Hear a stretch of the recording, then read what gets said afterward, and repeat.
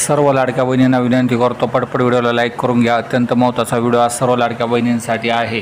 लाडकी बहीण योजनेबाबत सरकारने महत्त्वाचा निर्णय घेतला आहे। लाडकी बहीण योजनेतून जवळपास 68 ते 71 लाख महिलांना अपात्र घोषित करण्यात आले आहे। त्यामुळे लाडकी बहीण योजनेवरील खर्च कमी झाला आहे।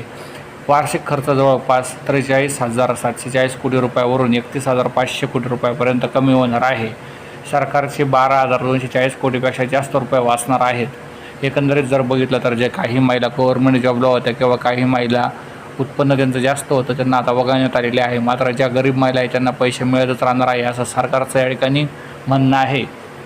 महिला व बालविकास विभागाच्या एका अधिकाऱ्याने दिलेल्या माहितीनुसार या योजनेतून 68 लाख महिलांना वगळल्यामध्ये इतर विभागाकडून निधी वळवण्याची गरज भासणार नाही। एकंदरीत जर बघितलं तर सामाजिक न्याय विभागाकडून निधी वळवण्यात आलेला होता। आता पुढचे हप्ते सुद्धा लवकरात लवकर जे सरकार देणार असल्याची चर्चा आहे। धन्यवाद सर्वांचे व्हिडिओ बघितल्याबद्दल।